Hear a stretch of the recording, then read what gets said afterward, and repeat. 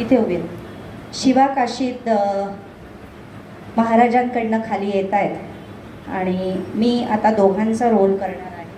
दोन्ही काही मी ड्रेस वगैरे घालू शकत नाही, जस्ट चेंज. आणि हे सांगायचं असं की बघा, नुसत्या कॉस्ट्युमने, नुसत्या तुमच्या दागिन्यांनी एक किंवा आता आम्ही इथे इंटरव्ह्यू द्यायचा म्हटलं, मी हे का मुद्दामून सांगते की हे किती गरजेचं असतं. आपल्याला वाटतं काय हरकत आहे, चला चाललंय जाऊ दे. नाही, आता आम्ही हा सेट मांडला. मी मुद्दामून सरांना म्हटलं, सर इंटरव्ह्यू घ्यायचा आहे ना आपल्याला, मग आपण हा सेट मांडूया. त्यांनी एक वेगळंच लाईव्हलीनेस त्याच्यामध्ये तो मांडला गेला होता. म्हणजे स्पेशल माझ्यासाठी वगैरे अशी काही फुलं ठेवली नव्हती, तर हे एक ते तयार होतं ते वातावरण. शिवा काशीद देतो आहे, आलं आहे. अगं ये कारभारीन, अगं आवर बिगी बिगी. अगं महाराजांसंग जायचं आहे ना हो मला आता मोहिमेवर. चल अगं आवर ना बिगी बिगी, लई भूक लागली आहे. आव हे काय हो, आता कुठेच निघाला असेल. तुमचं पण असंच असतं बघा बाबा. आम्ही मात्र तुमची सारखी आठ बघत बघायची का हो. अगं बाय माझे, आवर आता लवकर, महाराजा संग मला मोहिमेवर जायचं आहे. आणि हे बघ, मला ना लई भूक लागली. तुझ्या हातची भाकर आणि भाजी खाऊन पटकनशी जातो निघून. अहो म्हणजे आता तुम्ही खरंच निघून जाणार पुन्हा? आणि मला असं एकटी इथे जुरत ठेवलं आहे तुम्ही? काय नाही, तुम्हाला माझ्यावर काही प्रेमच नाही आहे. अगं असं काय करतीय? आधी मला माझं कळायला नको का? महाराजांसाठी माझं काम करायचं आहे, मला त्यांना माझी गरज आहे, मला घेऊन चालले, मला जायला पाहिजे. बरं बरं जावा जावा. अहो पण तुम्ही मला एक कबूल केलं होतं ना, विसरलात का? आता काय ग, अहो तुम्ही मला या दिवाळीला सोन्याच्या पाटल्या करणार होता ना वर. अरे देवा, अगं विसरलो. पण नाही कारभारी, तुला नक्की सांगतो, मी तुला मोहीमवरून परत आलो की तुला सोन्याच्या पाटल्या करीन. नक्की ना व? अगं हो म्हणलं ना बाई तुला, मी नक्की करीन. बरं बरं ठीक आहे. अहो पण माझं एक ऐकता का? नाही, मी की नाही आज खीर केली आहे. तुम्ही आपल्या राजासनी घेऊन जाल का आत्ता? अगं काय येडी का खुडी तू? महाराजासनी आपल्यावरची खीर द्यायची? नाही नाही नाही, असं काय करता? आपले राजे सगळ्या जनतेचे राजे आहेत ना व, त्यांना माझ्या घरची खीर नक्की आवडेल. अहो तुम्ही घेऊन तर जावा, घेऊन जा ना. बरं भाई दे, एकदाची घेऊन जातो मी राजाकडे. आणि हे बघ, या वेळेस मी सांगू शकत नाही हा मी कधी परत येईन ते. राजासनी तसं काही सांगितलेलं नाही. बरोबर, पण वाट बघते हा मी तुमची. अगं चल ग, ये तुम्ही, निघतो, जातो जातो. अहो अहो जाता काय म्हणता? येतो परत असं म्हणावं. अरे देवा, खंडेराया, माझ्या दादल्याचं आणि शिवाजी महाराजांचं रक्षण कर रे बाबा. तूच आमचं रक्षण करता हाय र परमेश्वरा. लक्ष ठेव रे बाबा. आणि माझा कारभारी लवकर परत येऊ दे, लवकर परत येऊ दे. धन्यवाद. हा, सगळे सेटल झाले का?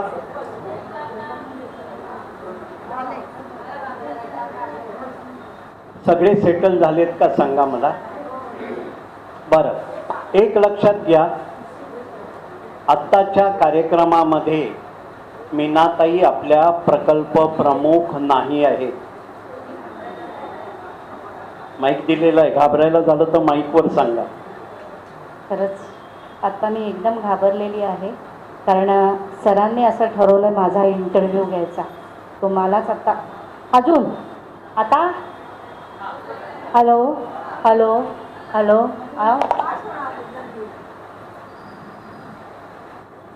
हॅलो हॅलो हॅलो हॅलो आला. थँक्यू. सरांनी मला खरं घाबरून सोडलेलं आहे. मला इंटरव्ह्यू घेणार असं सांगितलेलं आहे. आता किती वर्षांनी परत परीक्षेला बसणार असं वाटायला लागलेलं आहे मला. तर माझं काही चुकलं माकलं आधीच सांगते, 100 पैकी मला 10 मार्क द्या, हरकत नाही. नापास केलं तरी हरकत नाही, चालू करायचं. एक हाडाच्या शिक्षिका आहेत, त्यामुळे मार्कातच बोलणार. पण एक लक्षात घ्या, पॅशन, आवड जी माणसाची असते ती त्याला कुठूनही कुठेही नेते. एक काही वर्ष शिक्षिका म्हणून काम केल्यानंतर ती त्यांच्या डॉक्टर मिस्टरांच्या हॉस्पिटलमध्ये सातत्याने ॲडमिनिस्ट्रेशन बघतात, हॉस्पिटल मॅनेजमेंट. ते पण एक छोटं काम नाही आहे. पण याचबरोबर त्यांनी गेले कित्येक वर्षात आपली एक कला जोपासली आहे. त्या सिनियर सिटीजन आहेत हे सांगायला मला गुन्हा वाटतो, पण आज इथे मला सांगणं गरजेचं आहे, कारण त्या आपल्या दिलासा विरंगुळा केंद्राच्या प्रकल्प प्रमुख आहेत. तर प्रकल्प प्रमुख आहेत हे आता तुम्ही विसरून जायचं आहे. आता आम्ही तुम्हाला एक सेलिब्रिटी म्हणून बघतो. सेलिब्रिटी म्हणजे काय की ज्यांनी छोट्या छोट्या 10 सेकंद 20 सेकंदाच्या असंख्य ॲडव्हर्टिजमेंट्स केल्या आहेत, 2-3 मिनिटाच्या ॲड फिल्म्स केलेल्या आहेत, 8-10 सिरियल्समधून स्टार प्रवाहाची जुनी शिवाजी सिरियलपासून सिरियल्समध्ये काम केलेलं आहे आणि 7 ते 8 चित्रपटात काम केलेलं आहे. मी सिंधुताई सकपाळमध्ये ही त्यांची निवड झालेली आहे.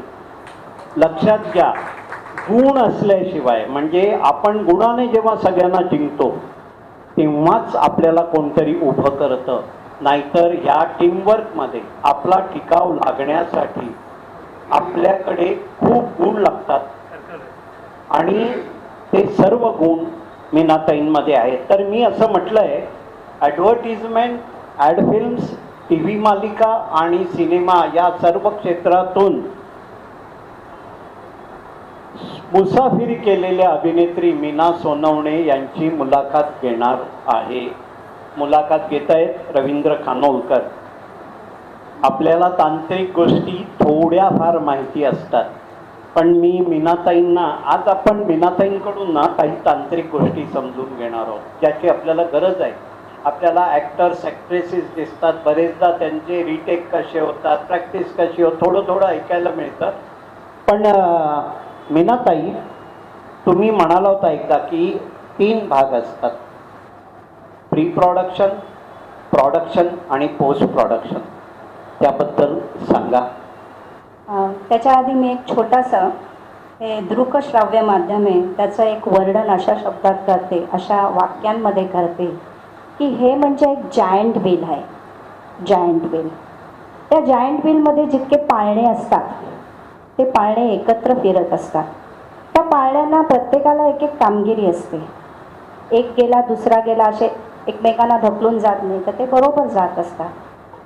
ते हे पाळणे म्हणजे यातील संगीत, नृत्य, अभिनय, चित्रकला, लेखन, कॅमेरा, एडिटिंग, ह्या सगळ्या आणि अजून अनेक आहेत, ह्या सगळ्या एकत्र येतात, त्यांचा सुंदर असा संगम होतो आणि मग एक सुंदर कलाकृती, ह्या दृकश्राव्य माध्यमाची निर्मिती होते, या कलाकृतीची निर्मिती होते. आणि ही कलाकृती आपल्या डोळ्यांना, आपल्या मनाला भावते. एक सुंदर स्वप्न आपल्यापुढे येतं, जे आपल्या रोजच्या व्यवहारिक जगामध्ये आपण बघत असतो आणि ते प्रत्यक्षात आपण पडद्यावर पाहतो, ती ही कलाकृती. तर असं ह्या मी पूर्ण तिन्ही, म्हणजे मोठा पडदा, छोटा पडदा आणि ॲड, त्यांचं वर्णन करू शकते. दुसरी गोष्ट, तुम्ही दृक श्राव्य श्राव्य या शब्दाची पण जरा फोड करा, मराठीत म्हणजे इंग्लिशमध्ये. दृक तर उगाचच माझी फिरकी घेत आहे. दृकश्राव्य माध्यम सगळ्या जणांना माहिती आहे, सगळे छान एज्युकेटेड लोक आहेत, सगळ्यांना सगळ्या गोष्टी माहिती आहेत. उलट मी डबल आता सांगते, हेच मला असं वाटतं जरा जास्त होईल, पण तरी सांगते. 3 आपल्याला गोष्टी असतात, एक प्री प्रोडक्शन, प्रोडक्शन. नाही, हा मराठी शब्द जो आहे ना, दृक आणि श्राव्य, त्याची फोड द्या. श्राव्य श्राव्य म्हणजे ऐकणं आणि दृश्य दृक म्हणजे वाचा. चलचित्र चलचित्र चलचित्र आणि चलचित्र आणि भाषा श्राव्य. हा. म्हणजे जे नुसतं चालतं आणि बोलतं पण आणि ते ऐकतो आपण आणि पाहतो, दॅट इज दृकश्राव्य माध्यम. त्याच्यामध्ये ह्या सगळ्या गोष्टी येतात, पूर्ण कला सगळ्या येतात त्याच्यामध्ये. विकास भाऊंना झोप आलेली आहे, आता जांभई येते तर विकास भाऊ मस्करी. तर इन ऑल 3 हे प्री प्रोडक्शनमध्ये आपल्याला सगळ्या जणांना माहिती आहे, आधी एक थीम असते किंवा आयडिया असते. मोठा चित्रपट असेल तर त्याच्या ॲक्च्युली स्टोरी लिहिलेली गेलेली असते आणि मग नंतर प्रोड्युसर, फायनान्सर, डिरेक्टर, त्याच्यानंतर कास्टिंग डिरेक्टर, त्याच्यानंतर मेन आता ज्याच्यामध्ये मी जास्त इन्व्हॉल्व आहे किंवा मला त्याच्याबद्दल जास्त माहिती सांगायला आवडेल, दॅट इज ऑडिशन. प्रत्येक कलाकाराला ऑडिशन हे द्यावं लागतं. अगदी अमिताभ बच्चनला सुद्धा जेव्हा आता तो मोठा स्टार झाला म्हणून त्याचं ऑडिशन नव्हतं, त्यांनी पण अनेक ऑडिशन्स दिलेली आहेत. महत्त्वाचा याचा मुद्दा मला असा सांगायचा आहे की ऑडिशन सगळे जण देतात, 1000 ऑडिशन दिली जातात, त्याच्यातल्या 10 जणात तुम्हाला सिलेक्शन होतं. तर जेवढा त्याच्यात आनंद असतो तेवढाच त्याच्यात फ्रस्ट्रेशन सुद्धा असतं. पण जेव्हा एखादं आपल्याला सुंदरसं काम मिळतं, लाईक मी सिंधुताई सपकाळमध्ये मला त्या सिंधुताईच्या मोठ्या जावेचं काम करायला मिळालं. तो चित्रपट आनंद महादेवांनी डिरेक्ट केलेला होता. तर त्यावेळेचा तो जो अनुभव होता आणि त्याला नॅशनल अवॉर्ड मिळालं, तर तो एक वेगळापणा आपल्याला देऊन जातो आयुष्यात. हा काहीतरी छान संधी मिळाली आणि त्याचं चीज झालं. तर हे ऑडिशनचा हा भाग असतो. हे सगळं त्याच्यानंतर त्यांचं लोकेशन ठरलं साठी कुठे घ्यायचं, काय घ्यायचं, फायनान्सर किती आहे, हे सगळ्या प्री प्रोडक्शनमध्ये येतात. नंतर येतो प्रोडक्शनमध्ये अर्थात आता फिल्म किंवा सिरियल किंवा ॲड ही ऑन सेट जाणार. त्यासाठी पहिला डिरेक्टर लागतो, त्याच्यानंतर DOP म्हणजे तुम्हाला सगळ्यांना माहिती असेल, डायरेक्टर ऑफ फोटोग्राफी, तो असतो. त्याच्यानंतर असतात कास्टिंग डिरेक्टर, ज्यांनी आम्हाला कास्ट केलेलं असतं आणि मग ते प्रोडक्शन चालू होतं. जेव्हा मोठा चित्रपट असतो तेव्हा आपल्याला वाटतं सुरुवातीला जे आपण भाग पाहतो तिथपासूनच शूटिंग चालू होतं का नाही, कधी कधी शेवटचा सीन सुद्धा पहिला घेतला जातो. त्याच्यामध्ये अजून ॲड असतं म्युझिक. चित्रपटांची गाणी ही कधी कधी आधी सगळी शूट करून जातात आणि मग सगळी त्याच्यामध्ये ॲड केली जातात.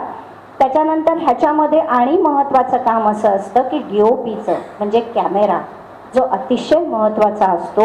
आणि त्या लोकांना मात्र मी फक्त ऑन सेट काय काय आहे ते सांगते की किती त्यांना पण काम असतं की आम्हाला तर बोलवलं जातं. तिथली अजून एक ड्युटी असते बरोबर 16 तासाची. आता वाटेल अतिरेक आहे, अतिरेक नाही, ॲक्च्युली असते 8 ते संध्याकाळी 8. सकाळी 2 तास आधी बोलवतात, म्हणजे 6 वाजता बोलवतात सगळ्यांना, आर्टिस्टना आणि मेकअपमन आणि ऑल दॅट. आणि संपतं कधीच 8 वाजता नाही, ते संपतं नेहमी 10 वाजता. घरी पोचायला तुम्हाला 1-2 तास. म्हणजे हे चक्र, म्हणजे फक्त कधी कधी तर 3 ते 4 तास लोक घरी जाऊन झोपतात आणि आपण मात्र चॅनलमध्ये असं फटाफट चेंज करतो. पण त्याच्या मागे किती मेहनत असते हे जे म्हणजे काय म्हणतात, ज्यांना तिथे का पिकतं तिथे विकतं, समथिंग, आय डोंट नो ही म्हण चांगली आहे का, पण जे काम करतं त्यांना माहिती असतं की त्याच्यामध्ये त्रास किती असतो. आणि तिसरं असतं की पोस्ट प्रोडक्शन तर सगळ्यात महत्त्वाचं एडिटिंग सिरियलचं तर दिवसभराचं शूट झालं की रात्री 9-10 नंतर ती कॅसेट जाते त्या एडिटरकडे. मग तो रात्रभर बसतो, पहाटे 2-3 वाजता ती तयार होते, मग ती परत चॅनलला जाते आणि मग दुसऱ्या दिवशी लगेच आपण फ्रेश एपिसोड बघतो. आणि एपिसोडमध्ये अजून सगळ्यात महत्त्वाचं, आता तर मी सांगायचं म्हणजे मी 7-8 सिरियल नाही झाल्या आहेत, माझ्या भरपूर आधी सिरियल झालेल्या आहेत. आता सध्या थोडंसं काम कमी केलेलं आहे, वयाची आठवण केली आहे म्हणून सांगते. तर त्या एपिसोडला तुम्हाला खोटं वाटेल, लिटरली 2 मिनिटाचा सीन असतो फक्त. त्यासाठी आम्ही सकाळी 6 पासून जाऊन मेकअप करून बसतो. त्याच्यात कोणाची चुकी अशातला भाग नाही. टेक्निकल अडचणी प्रचंड असतात, प्रचंड टेक्निकल अडचणी असतात. म्हणजे आपण म्हणू का तुमच्याकडे काही असं कामाची ही नाही का, नाही. कधी कुठे एखादी वायर पडेल, कधी कुठे काय होईल. इव्हन तुमचा मेकअप जो असतो तो कॅमेरामनचं लाइटिंग जसं असतं त्याप्रमाणे मेकअप केला जातो. मग जरासा इकडे तिकडे आमचा मेकअप झाला तो कॅमेरा म्हणतो बोला उसको मेकअप जातो, क्या मेकअप किया है, क्या हे मेकअप आहे, असं करून ते थांबतं. कधी कधी आम्हाला आधी स्क्रिप्ट दिलं जातं, कधी कधी तो समजा कलाकाराचा काही इमर्जन्सी झाली असेल, नाही आला तर लगेच स्क्रिप्ट बदललं जातं. जे अवेलेबल आहे त्यांच्याप्रमाणे लगेच लिहिलं जातं. काही जणांना लगेच गळ्यात हार घातले जातात. अशा प्रकारचे बऱ्याच सगळ्या गोष्टी होतात आणि कशा प्रकारचा तो एक एपिसोड तयार होतो आणि मग दुसऱ्या दिवशी आपण सगळे बघू शकतात. तर हे झालं पोस्ट प्रोडक्शनमध्ये. त्याच्यामध्येच नंतर सगळं संगीत ॲड केलं जातं. त्याच्यामध्ये त्याच्यानंतर डान्स कोरिओग्राफर खूप मेहनत असते. फायटिंगच्या वेळेला सुद्धा अशीच खूप मेहनत असते. फायटर्स येतात, त्यांचे असिस्टंट येतात आणि सगळ्यात मोठं काम जे करत असतात तिथे त्यांच्यासाठी आपण क्लॅप करायला पाहिजे, टाळ्या वाजवायला पाहिजे. ते असतात स्पॉट बॉय. जे स्पॉट बॉय सगळीकडे नगण्य अरे तुरे म्हणूनच त्यांना हाक मारली जाते, पण लिटरली ते आमच्यापेक्षा जास्त काम करून आर्टिस्ट असो, कॅमेरामन असो, डिरेक्टर असो, बाकीचे सगळे त्यांचे असिस्टंट असो, या सगळ्यांना हातात चहा आणून देण्याचं काम आणि ते म्हणतील ते पटापटा त्यांच्या पुढे आणून देण्याचं काम हे स्पॉट बॉय करतात. तर स्पॉट बॉयचं काम सगळ्यात जास्त असतं हे सुद्धा मी तुम्हाला सांगेन, जे आपल्याला कळत नसतं. आणि त्यांना वागणूक पण तशी फारशी काही चांगली असतेच अशातला भाग नाही. काही जण निश्चितच मानवता दृष्टी ठेवून देतात. तर असं हे संबंध शूट चाललेलं असतं. आता फिल्मसाठी साधारणतः 1-2 वर्ष 3 वर्ष पूर्वी लागायची. हल्ली 1 महिन्यामध्ये सुद्धा फिल्म पुरी करतात. सॉरी सर, तुम्हाला काही प्रश्न विचार, मीच बोलत राहिले. बोलल्यानंतर मला काही प्रश्न असेल तर ओके चालेल. फिल्ममध्ये 1 महिना, 1 वर्ष 2 वर्ष किंवा 1 महिन्यात पूर्ण करतात. सिरियल मात्र ऑलरेडी त्यांना जेव्हा ऑन एअर यायची असते त्याच्या आधी 2 महिन्याचं बँकिंग पूर्ण करावं लागतं. त्याच्याशिवाय सिरियल येत नाही. कारण कधी एपिसोड कुठला स्क्रॅच होईल, कधी त्या चॅनलला वाटेल आता ह्याच्या मागचे पडदे चांगले नाही, तो एपिसोड स्क्रॅप करून टाका, की तो एपिसोड स्क्रॅप केला जातो. म्हणून त्यांची 2 महिन्याची बँकिंग असते आणि मगच ती ऑन एअर सिरियल येत असतात. आणि ॲडसाठी मात्र सगळ्यात बेस्ट काम असतं. 1 दिवसाचं काम असतं, पैसे डबल असतात आणि ॲड करण्यामध्ये मजा असते. त्यांना मात्र फक्त सटल तुमच्या एक्सप्रेशन लागत असतात आणि जनरली सगळे तयार असतात तेव्हा पटापटा करतात. ॲड होऊन जाते 1 दिवसामध्ये किंवा 2-3 दिवसामध्ये ॲड होऊन. आत्ता जी मी नवीन एक ॲड मागे टाकली होती त्याचा अक्षरशः सकाळी बोलवलं आणि 1-2 वाजता म्हणतो शूट संपलं, पण आणि पैसे मात्र चांगले दिले, डबल पैसे देतात. ॲडसाठी लोक नाही म्हणत नाहीत, सगळेजण ॲडला तयार असतात. तर अशा प्रकारे मी जवळजवळ गेले 10-15 वर्षापासनं ह्या इंडस्ट्रीमध्ये काम करते. अर्थात माझं पॅशन म्हणून काम करते, नेव्हर प्रोफेशन म्हणून मी त्याच्याकडे पाहिलं. म्हणून जेव्हा मनात आलं तेव्हा घरी बसले, जेव्हा मनात आलं तेव्हा काम केलं, जेव्हा मनात समाजसेवा मात्र मनात आली असं नाही केले, ती पहिल्यापासून करत आलेली आहे. त्याच्यामुळेच आज मला दिलासा आजींच्या परिवर्तन महिला संस्थेच्या बरोबर मला काम करायची सुवर्ण संधी मिळत गेली आणि त्यासाठी मी पूर्ण या संस्थेची आभारी आहे. धन्यवाद. मीनाताई, तुम्ही आम्हाला रॅपिड सांगितलं सगळं, कारण तुम्हालाही माहिती आहे आज आपल्याला वेळेचं कन्स्ट्रेन आहे. परंतु आत्तापर्यंत पण तुम्ही ऑडिशन्स दिलेले आहेत, मग त्या छोट्या स्मॉल फिल्मसाठी असेल किंवा आणखी कोणत्या रोलसाठी. पण ऑडिशन द्यायला जेव्हा सिनियर व्यक्ती जाते तर तेव्हा काहीतरी एक पथ्य म्हणजे फार हंबल होणं, फार नम्र होणं, डाऊन टू अर्थ होणं, नाहीतर आपल्याला ते मेंदूला पेलवत नाही. हा बॅलन्स तुम्ही कसा राखता? बघा, सिनियरिटी आहे, एज आहे आणि प्लस आपण ऑडिशन देतो. सर एकच सांगते मी तुम्हाला, माझ्याबरोबर फैयाज तुम्हाला सगळ्यांना माहिती असेल, फैयाज दीदी नाट्य संगीत गायिका. तर फैयाज दीदींबरोबर मी 2-3 सिरियल केल्या होत्या सह्याद्रीवरच्या. तर काय होतं माहिती आहे का, म्हणजे लाईक मी तरी म्हणते चला आता सवय झाली, आपल्याला माहिती आहे बोलवलं आहे, आपल्याला ऑडिशन देणं गरजेचं आहे. पण हे जे सिनियर मोस्ट अजून कलाकार आहेत ना, त्यांना अतिशय त्रास होतो. म्हणजे फैयाज दीदी मला म्हणायचे, अगं, आणि ही हल्ली बेसिकली काय असतं, ही नवीन आत्ता ही ह्या मास मीडियाची जी मुलं आहेत त्यांना हे सगळे पूर्वीचे माहिती नाही. जे मोठे कलाकार आहेत ज्यांनी स्टेज गाजवलेली आहे त्यांना येऊन तुम्ही सांगता की नाही मॅम ऐसा नहीं चाहिए मेरे को, आप ना इस तरह से करो, की मग तिकडे त्यांची फिरते. अरे यार, तू एवढे वर्ष मी घालवली आणि मला आता सांगतो मी असं काम करावं म्हणून. मेन त्यांना हे पचत नाही की आमचं ऑडिशन घेताय तुम्ही. त्यांचं असं म्हणणं असतं आम्हाला डायरेक्ट सिलेक्ट करा. आता माझ्या वेळेला सुद्धा मला जेव्हा ते सांगतात तेव्हा ठीक आहे, कारण काय आता ना चेंज हा सगळ्यांनी ॲक्सेप्ट करायला पाहिजे आयुष्यामध्ये, बरोबर. जीवनात सगळ्यात महत्त्वाचं काय असेल तो चेंज.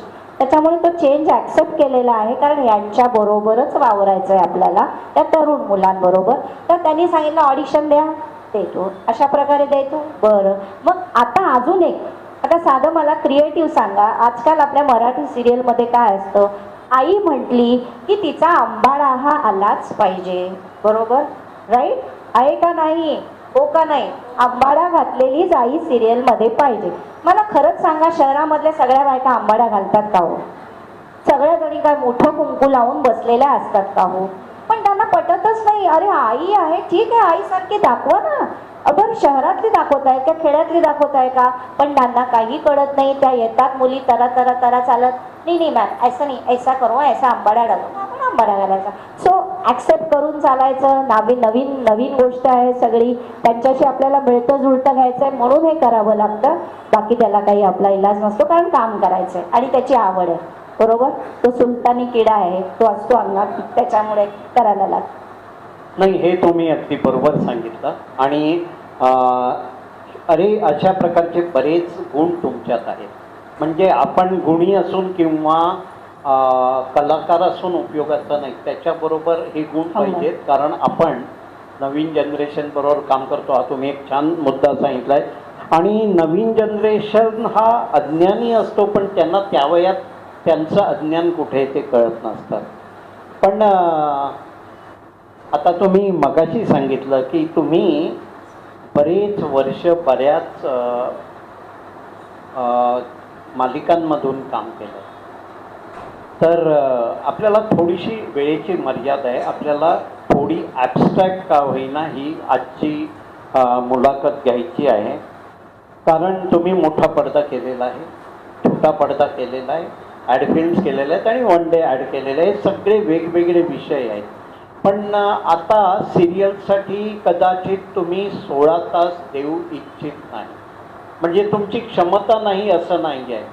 त्यामुळे आणि काहीतरी कारण असेल, तुम्ही सध्या सिरियल्समध्ये नाही आहे, तेवढं जरा सांग. नाही, मी महत्त्वाचं म्हणजे मी सिरियलमध्ये 1 वर्षाचा निश्चितच ब्रेक घेतला आहे. कारण मागच्या डिसेंबरमध्ये माझी एक सिरियल आली होती, बरोबर. त्याच्यामधले माझे सीन्स बऱ्याच जणांनी बघितले पण होते. सतत ऑडिशन्स येत असतात. एक महत्त्वाचं म्हणजे आता ना सगळं मराठी इंडस्ट्री सगळी पुणे, सातारा, नाशिक बिशिक तिकडे जाऊन थांबलेली आहे. आणि मग घर सोडून साताराला जाऊन, कारण माझं हे प्रोफेशन नाही आहे, माझं पॅशन आहे. तर मी तिथे जाऊन राहायचं आणि मग ते सगळा संसार बाजूला ठेवायचा हे शक्य नाही आहे आता. दुसरी गोष्ट अशी आहे की खूप खूप नवीन नवीन चेहरे पण यायला लागले. आणि मुख्यतः मी त्यांना सांगते आहे, अर्थात हा माझा उगाचच टाईमपास म्हणून सांगते, आता मला आजीचं काम द्या. पण सध्या तरी अजूनही आजीचं काम देत नाही आहे. त्याच्यामुळे पुढच्या वर्षी असं ठरवलं आहे, आजीचं काम मिळालं तर नक्की घ्यायचं. कारण आता आजी झालेली आहे म्हणून ठरवलं आहे आजीचं काम घ्यायचं.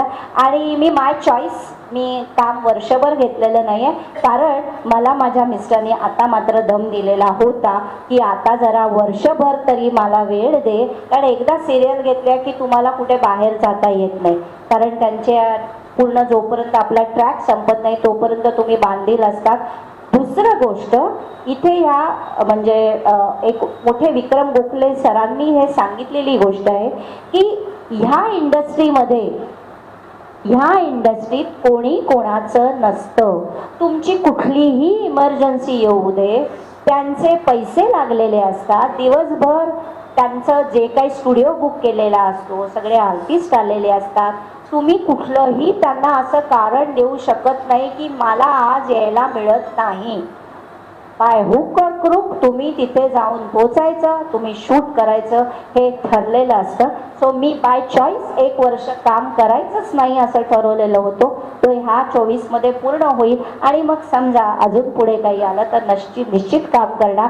पण त्याचबरोबर माझं हे सुद्धा काम आहे, ते पण मला तितकंच प्रिय आहे, तेव्हा ते सुद्धा करते, ॲडमिनिस्ट्रेशन सांभाळते. असं मल्टीटास्किंग पर्सनॅलिटी ठेवायचा अजूनही प्रयत्न करते. परमेश्वराची कृपा राहिली तर अजून पुढपर्यंत करत राहील. नाही, हे छान सांगितलं तुम्ही. पण ह्या 1 वर्षात पण तुम्ही थांबला नव्हता.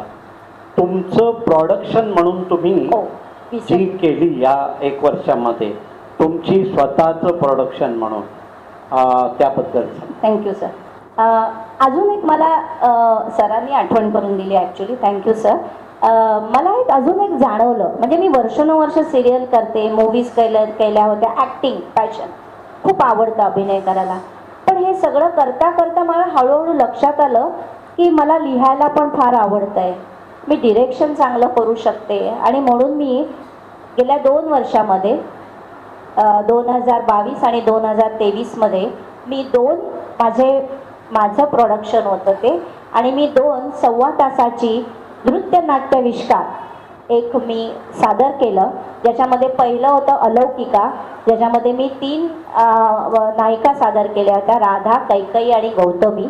आणि मागच्या वर्षी मनस्विनी, त्याच्यामध्ये मी अष्टनायिका, त्याच्यावर संबंध हा कार्यक्रम स्वतः मी लिहिला, मी डिरेक्ट केला. मी संगीत दिलं नाही, संगीत अर्थात घेतलं बाहेरून. पूर्ण जेवढं काही त्याचं ते होतं ते सगळं मी केलं होतं. आणि खरंच सांगते तुम्हाला, त्या निर्मितीचा जो आनंद मला गेल्या 2 वर्षात मिळाला, तो मागील 12-15 वर्षात इतका मिळालेला नाही जेवढा मला त्याच्यामध्ये मिळाला. तेव्हा आता असं अजून ठरवलंय की यावर्षी पण मला जर जमलं तर परत मी अशाच प्रकारचा कार्यक्रम करीन. आणि त्याच्यामध्ये निश्चितच आपल्यातल्या जर कोणाला त्याच्यात काही काम करावंसं वाटलं आणि जर इच्छा असेल तर घेऊन ते पूर्ण मला करायची इच्छा आहे. आत्ता मी जाहीर करते आणि त्यावेळेला आपण सगळ्यांना बोलू, अरे वा, अशोक सरांचा हात वर झालाय, माधवीताईचा हात वर झालाय, व्हेरी गुड. आणि हे आपण पुढच्या वर्षी नक्की करूया. स्क्रिप्ट 2 रेडी आहे. जनरली मी महिला दिनाच्या वेळेला कार्यक्रम करते, तर आपण निश्चितच याच्यासाठी सर विचार करूया. Thank you sir. पण गेल्या वर्षात तुम्ही आमच्यातल्या एक 12-14 जणांना घेऊन एक नाटक बसवलं आणि तुम्ही स्क्रिप्ट दिलं. सगळेजण स्क्रिप्टप्रमाणे म्हणायचा प्रयत्न करत होते. नाटक छान झालं, यूट्यूबवर आहे. यूट्यूबवर आम्ही बालदिन केला होता. त्याच्यामध्ये मुलं होती, शिक्षक होते. पण काही जण एवढे हुशार होते ज्यांना तुम्ही सांगितलं तुम्ही तुमचे डायलॉग लिहा आणि म्हणा, आणि त्याने ते विना संकोच आणि छान म्हटलं होतं. तर ज्येष्ठ तुम्हाला थोडं अडचणीत आणणार आहेत त्याच्याबद्दल? नाही, मला नाही, मी फ्रँकली सांगते, अडचणीत आणायची काही गरज नाही आहे. मी त्यांच्याकडनं सगळं करून घेईन याचा मला विश्वास आहे. त्याच्यामुळे माझा त्यांच्यावर विश्वास आहे आणि त्यांचा माझ्यावर विश्वास असेल तर हे नक्की चांगलं होईल याची मला खात्री. गुलाबी साडीमध्ये कोणी भाग घेतला होता? बरेच 14 जण होते. गुलाबी फक्त 1.5 तासाचं ट्रेनिंग. नाचावं कसं, पुढचं पाऊल, मागचं पाऊल, उजवीकडचं पाऊल, डावीकडचं पाऊल, तिरकं इकडे पाऊल, आणि तसे हाताच्या मोमेंट्स. आणि 1.5 तासामध्ये जादू झाली आणि 14 जणींनी या स्टेजवर गुलाबी साडी साकार केली होती. मला तुम्हाला जरा इतिहासात घेऊन जायचं आहे की काही काळापूर्वी तुम्ही स्टार प्रवाहावर शिवाजी सिरियलमध्ये काम केलं होतं आणि तिथे तुमची म्हातारी होण्याची जी आजची इच्छा आहे ती पुरी केली होती. ते आधी त्या सिरियल बद्दल सांगा आणि मग त्या म्हातारीबद्दल. मी स्टार प्रवाहाची सिरियल शिवाजी होती बघा, सगळ्यात पूर्वी, म्हणजे जवळजवळ आय थिंक 12-15 वर्ष झाली, 13 वर्ष.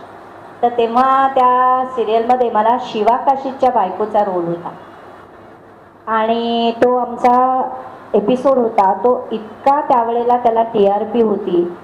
आणि मुळात सांगायचं म्हणजे मी तुम्हाला तो अनुभव असं सांगेन, थोडेसे त्याचे 4-5 डायलॉग सुद्धा तुम्हाला जर तुमची इच्छा असेल तर म्हणून दाखवीन नंतर. तर त्या सिरियलमध्ये जेव्हा मी तिथे गेले ND स्टुडिओला, तुम्हाला खरंच सांगते ना, ते पूर्ण शिवाजी महाराजांचा त्यावेळेचे ते किल्ला, त्यावेळेचे ते सगळा सेट होता ना, अक्षरशः जेव्हा मी त्या माझ्या सेटवर गेले, मला असं झालं की हा माझा पुनर्जन्म आत्ताचा आहे आणि मी ती होते. इतकं तुम्ही त्याच्यामध्ये इन्व्हॉल्व होऊन गेले होते मी. दुसरी गोष्ट, माझा अपोजिट कलाकार होता, आम्ही दोघांनी अक्षरशः 1 टेकमध्ये आम्ही सीन दिला. कारण मी स्वतःला समजले मी शिवा काशीदची बायकोच आहे आणि जे काही आमचे डायलॉग्स आणि जे काही होते ते इतके सुंदर झाले. ती इतकं हे आवडलेला TRP होता की त्याच्यानंतर 1.5-2 वर्षांनी सिरियल चालूच होती. आमचे ते झाले होते सीन सगळे, एपिसोड झाले होते. त्याच्यानंतर 1.5-2 वर्षांनी ते इतकी आवडलेली होती म्हणून शिवा काशीदची बायको, ॲक्च्युली माहिती नाही इतिहासामध्ये म्हातारी झाली होती का नाही, तर ती म्हातारी होण्याचा पण सीन लिहिला गेला आणि त्याच्यात मला अगदी छान मस्त म्हातारी केली गेली होती. तेव्हा माझे खरोखरच फार केस काही पांढरे नव्हते झालेले, तर ते पांढरे केस करून आणि मी माझ्या मुलाला की तुझे वडील कसे होते आणि त्यांनी काय पराक्रम केलं ते सांगते, असा तो माझा सीन परत घेतला गेले होते त्यांचा. अशा प्रकारे ती सिरियल म्हणजे तुम्ही म्हणता ना की एक आपण त्याच्यातलं एक पात्र, जिवंत पात्र मी झाले होते त्याच्यामधलं आणि प्रचंड मला तो आनंद देऊन गेला. मी जेव्हा घरी आले आणि माझ्या मिस्टरांना सांगितलं की आज मला माझ्या सगळं आयुष्याचं जे आहे ते मिळालं, इतकी मी तिथे एकरूप झाले होते. तो सीन छोटासा मी तुम्हाला करून दाखवते, खरं म्हणजे वेळ नाही आहे अगदी आहे. आपल्याकडे 5 मिनिटं आहेत. आणखी एका विषयावर जायचं आहे. खुर्ची मागे करा आणि आपण तो सीन बघूया. याच्याबरोबर एक आणखी विषय येतो की आतापर्यंत आपण बघतो की भूमिका जगणं, पण ह्यांनी नुसती भूमिका जगलेली नाही आहे, ते त्या काळातीत होणं म्हणतो ना, त्या काळाबरोबर जाऊन त्या काळात पण समरस झाल्या होत्या. आता तुम्ही आम्हाला शिवा काशीदची वृद्धापकाळातली आई दाखवणार हा मस्करीचा भाग होता. आणि नंतर एक फार महत्त्वाचा प्रश्न आहे, आपल्याला वेळेचं थोडं बंधन आहे.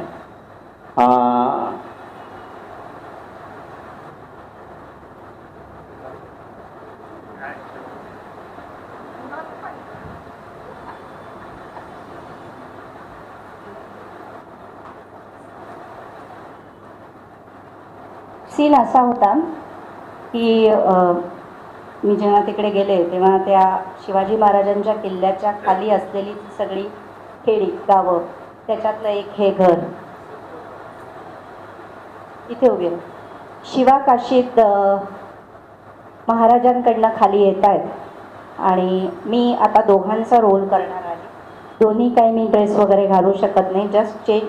आणि हे सांगायचं असं की बघा, नुसत्या कॉस्ट्युमनी, नुसत्या तुमच्या दागिन्यांनी एक, किंवा आता आम्ही इथे इंटरव्ह्यू घ्यायचा म्हटलं, मी हे का मुद्दामून सांगते की हे किती गरजेचं असतं. आपल्याला वाटतं काय हरकत आहे, चला चाललंय जाऊ दे. नाही, आता आम्ही हा सेट मांडला, मी मुद्दामून सरांना म्हटलं सर इंटरव्ह्यू घ्यायचा आहे ना आपल्याला, मग आपण हा सेट मांडूया. त्यांनी एक वेगळंच लाईव्हलीनेस त्याच्यामध्ये म्हणून तो मांडला गेला होता. म्हणजे स्पेशल माझ्यासाठी वगैरे अशी काही फुलं ठेवली नव्हती, तर हे एक ते तयार होतं ते वातावरण म्हणून. शिवा काशीद येतो आहे, आलं आहे.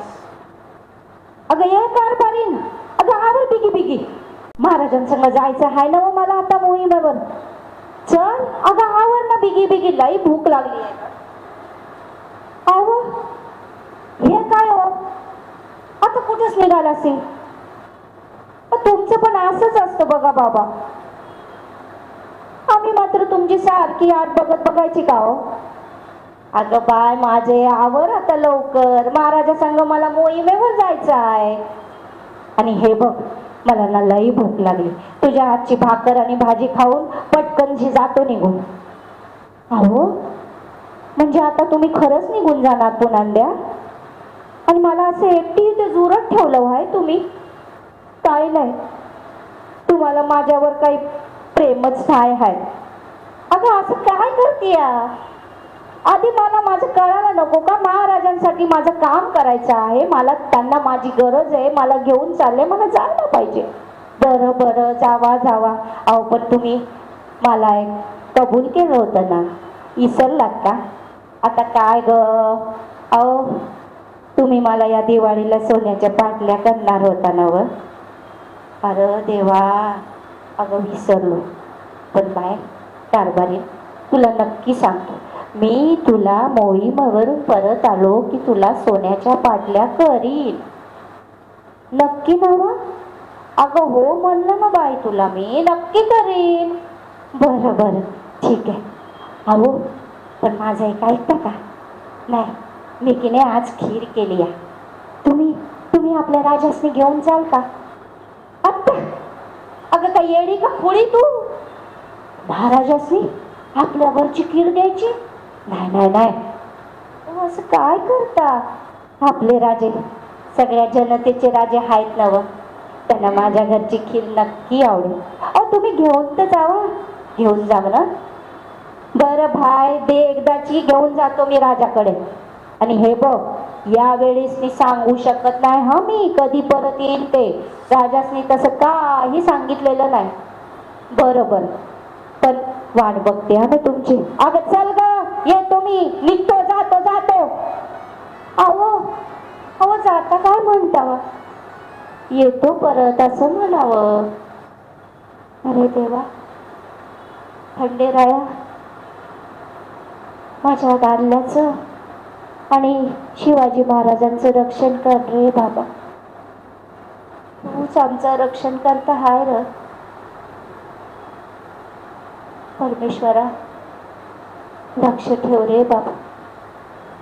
आणि माझा कारभारी लवकर परत येऊ दे, लवकर परत येऊ दे.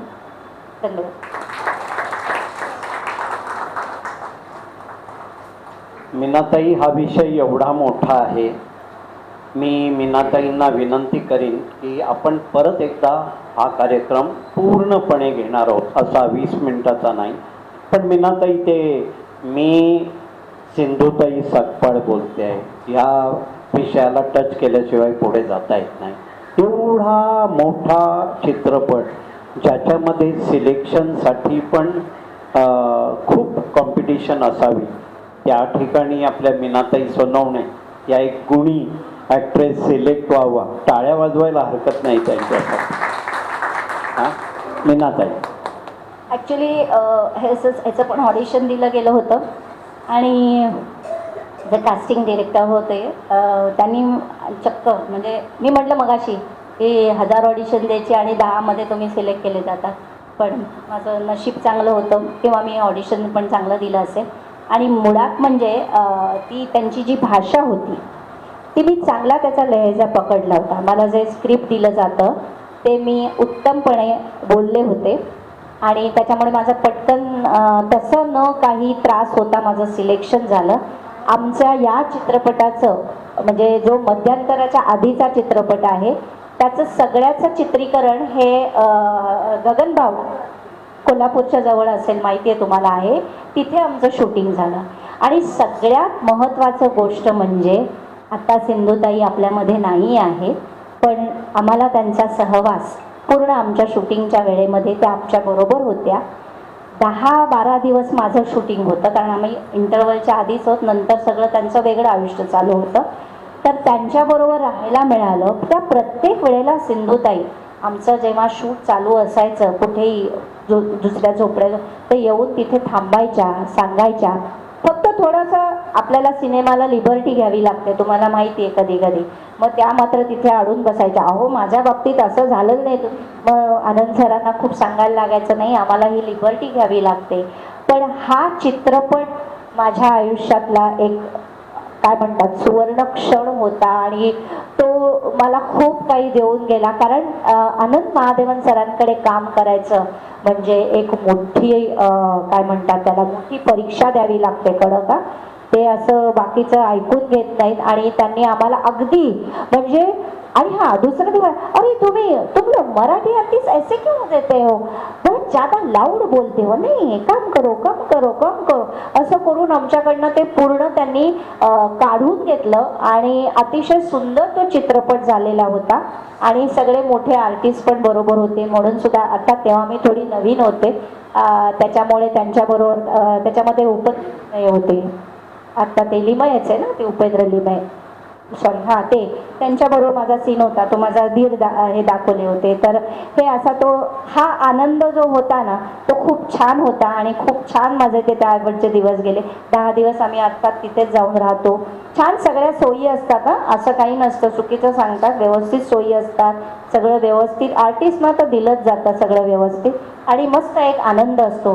तो ज्यांना आवड आहे त्यांनी नक्की ह्याच्यामध्ये अजूनही पुढे येऊ शकता. एज इज नो बार, तेव्हा असं समजू नका आता काय माझं एज आहे का, माझं पण एज कुठे आहे पण मी करते का.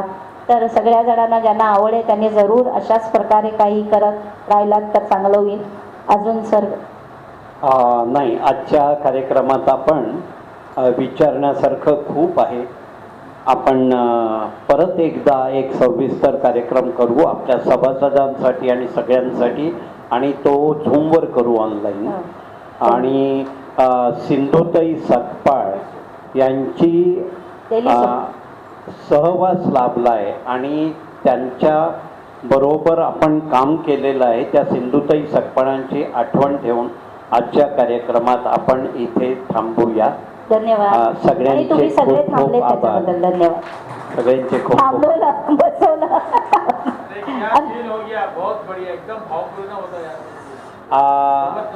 दिलासा विरंगुळा केंद्राच्या त्या प्रकल्प प्रमुख आहेत. पण प्रकल्प प्रमुख ना एक इंटरव्ह्यूअर म्हणून, कारण त्यांनी आपण त्यांना सुरुवातीला सांगितलं तुम्ही वेगळ्या भूमिकेत या, त्या भूमिकेसाठी हे छान कौतुक. अरे